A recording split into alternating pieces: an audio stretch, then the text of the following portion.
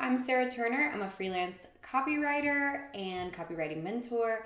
And today I want to talk to you about what is the first step to becoming a freelance copywriter. Now, I think that you're probably going to guess, and I think that most people would say reading books, hand copying copy, studying copy. And yes, you should do that, but I really think the true first step is to get that first client and to write for someone other than yourself.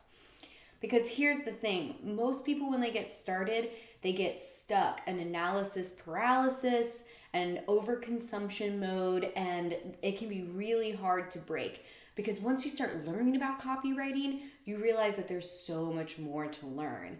But the thing is that's never ending. It's something that you will always be working on. To be a copywriter is to be a forever student. You will always be honing your craft and getting better. So the very first step is to write for someone else.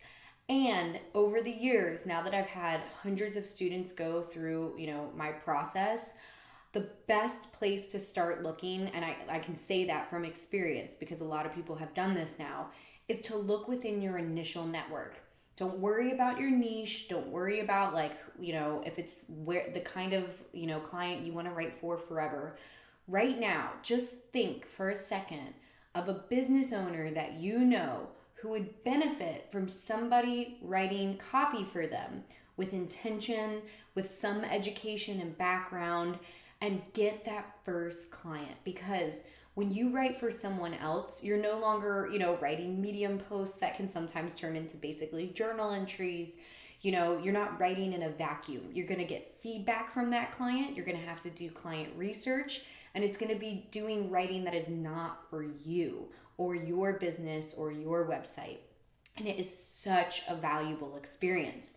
Now, here are a couple things to keep in mind. One, I don't recommend doing anything for free. However, sometimes people feel better doing it for free for in exchange for a testimonial or a portfolio piece. And that's totally okay. But I still think it's a good idea to charge something because people will value your work more if you charge something. And now when you are picking this person, think about all the different business owners that you know who could benefit from copy. Usually, a lot of people's first reaction is, I don't know anyone, but it is impossible. We all know someone. It could be the person who does your hair.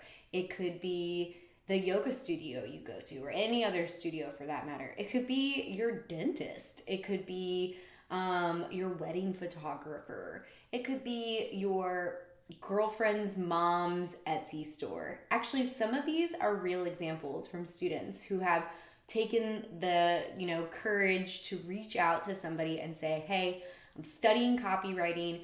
I see that you would benefit from, some intentional copy written around these things. Let me do this for you in exchange for a portfolio piece, a testimonial, and whatever it is you feel comfortable charging. That is going to be the biggest step forward for you, is getting that first client.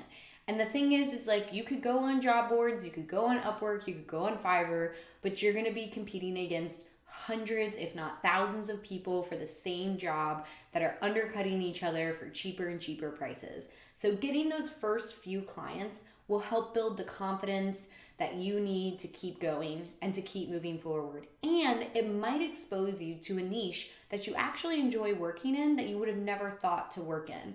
Maybe you wrote for somebody's Etsy store and you saw their sales seriously increase.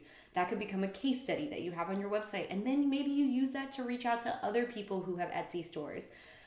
So keep an open mind and keep your eyes peeled for businesses and products that are, within your immediate network and that you love. It could also be somebody that has a product that you really love and appreciate and would be really excited to write for.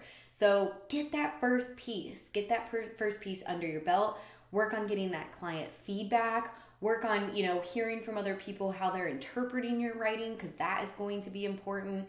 And that is going to be the best thing to move you forward. Don't get stuck in overconsumption mode. You do not need a 4-year degree. of studying copywriting to get started, because really the best way that you're going to improve your craft is to actually put it in action.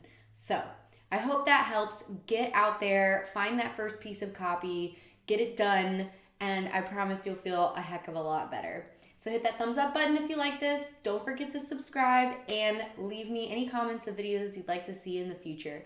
I am always here to help. Thanks, guys.